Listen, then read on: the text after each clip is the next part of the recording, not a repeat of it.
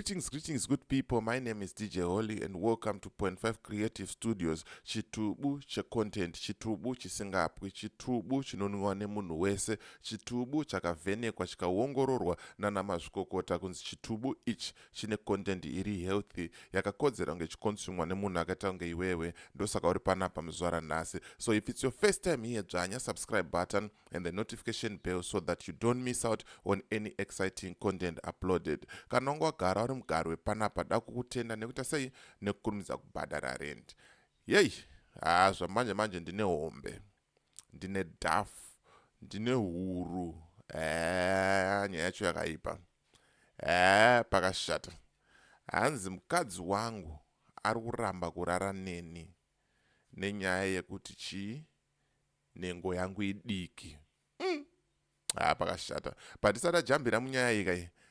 Iyi hombe nyaya iyi. Tisada jambira munyaya iyi, rega ndingotaura kuti kana une business raunaro rauda kushambadzirwa, ndibate namba dzangu ndo dziri pasi apa anditika. Kana une nyaya yaunayo yauda kuripota, kana une any contribution dzauda kuita pamatopics financially zvese zvaunongokwanisa kubatsira nazvo pachannel kuti ende kumberi, ndibate futi pasame number ipapo anditika.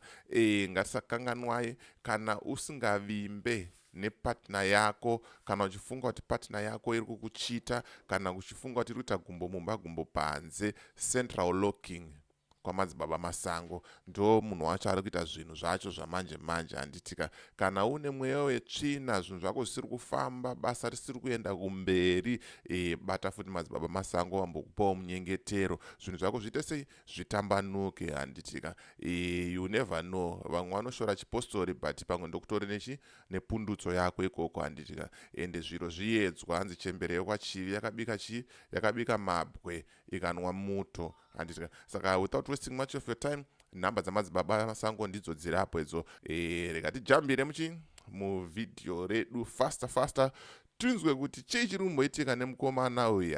Pakashata baba. Hanzi chakafukidza dzimba matenga aya ndo ma1 chaiwo. Tokubatsiraiwo sei nhasi? Nyengo ndafambira ini ndekuti ini nemudzimba yangu akuramba kusangana neni mubhedhuru achiti nhengo yangu idiki. Mati mudzimba yangu arita sei? Akuramba kusangana neni mubhedhuru achiti nhengo yangu idiki. Saka muda kubatsirwa sei? Ndamutendera nchimwa mushonga manje asi kumushanda kana. Womukunu wakuti nhengo ikure? Endai mutaurire mukadzi wenyu. Mukadzi wenyu anoita zvekutengesa masokisi mutauna nditi? Wangu. Vanhu havafanani. Uyo vari kudanana naye mutauni ane mupurwa hazvizofananawo nemi. Wazvinzwa? Ane munhu ari kudanana. Nyaya iyi ihombe ende nyaya iri very sensitive.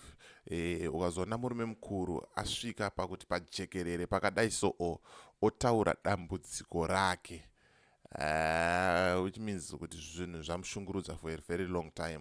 Ataura ndamboedza kunwa mishonga yakasiyana siyana, ndambozama, asi hapana chikuita sei chiri kuchinja, ende mumba umu hamusisina moto, adzimai vari kutoramba.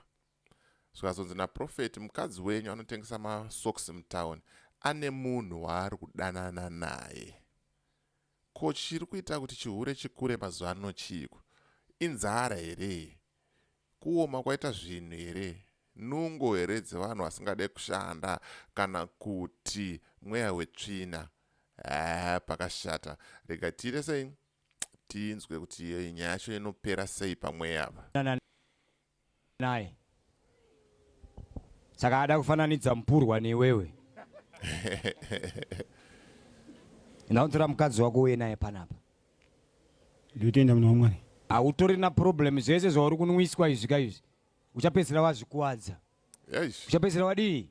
Tazvikuwadza. Mawana. Unoti wewe Mwari akakupa zvaakakupa aipenga here? Maya. Iye musika akakupa mezha yako yoyo uti airwara here? Ane munhu warodanana naye mutaunu maanenge achitengesa masokisi. Ndo nyaya iri kuitika. Kana ane nharo unoya naye panapa. Saka iwe usanetseke unzi enda nomwa zvakati, enda unoti zvakati. Unotozviuraya, unozvikuwadza. hauna kana problem yawinayo story right zvauri hapana kana zvokunzi unwa uzvikudza une tsotsi mumba mako akukufananidza manje uya pano une hana yakasimba here hanzi hongu prophet hana iriti tikakuudza chete asvika kuti anonyepa muprofita wako iyeyo anga achigeza kaiwo uchida kubuda ungu ndopaanozobva ikoko akuti yako idiki kuti uti yako idiki hunge wamezha ka hauti idiki kana pasina wamezha nayo kuti titi uyu murefu uyu mupfupi tamezha vanhu kana pasina wekukombeya naye apa aoneke kureba apa aoneke kupfupika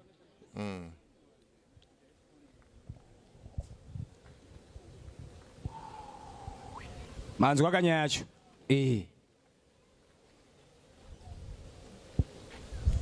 kanzwa kana mukadzi wako kana murume wako achitaura language idzodzo dzekuti wazodai something is wrong because kana pasina chekukombeya nacho hapana dambudziko rinouya chete kana paane chimwe chiri kukombeiwa chii nacho wakapiwa ipauda iyi yawaisa mumaheu iyi uchichaya ndokuti kuda kukudza chii ikoko wakarara uchichaya usiku hwese mishonga wokunzi wokukudza nhengo wavayakanwa uchichaya usiku musi wechitatu aisikongodastere vakomana ka and pakashata and anoziva munhu kana ari desperate baba anoitiswa yese kana weti yembudzi yedhongi zvese unoitiswa unonwa nekuti unenge wakaomerwa unenge uri desperate une uchida kutraya kuti asi kuwana pundutso but eish pakashata mukomana akarara achichaya the whole night achichaya vanhu havana tsitsa kumana wakafungidza kuti wakawanza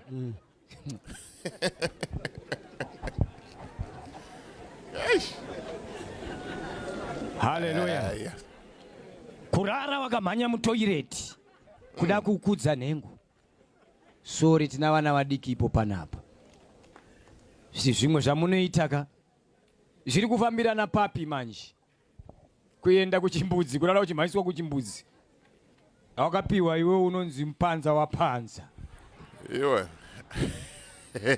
muti unowanikwa musango umu uriko muti iwoyo wakapiwa uyu unomhanya zvisingaiti iwe ufunga ndarapwa mupanza wapanza variko vari panapa vanofungidzira kuti ndikamhanya mutoireti ka20 ndadini ndarapwa uriko muti iwoyo musango uri kugara nehure saka fambi haigutsikane kugara nechi ngandikunamatire uzvione kuti urikugara nepfambi kureba nekupfupika kunobva muna Mwari wazvinzwa kwa mumwe munhu chero asina chikafu anongosimba ndo zvaakanzi naMwari ndo zvaari mumwe chero akadya sei haasimbi usanetseka nazvo izvi mahwani unoziva kuti ndeyapi manje iyo yawakanzi kana yaoma uzotanga kukwisa iyo ndo mahwani iyo siyana nayo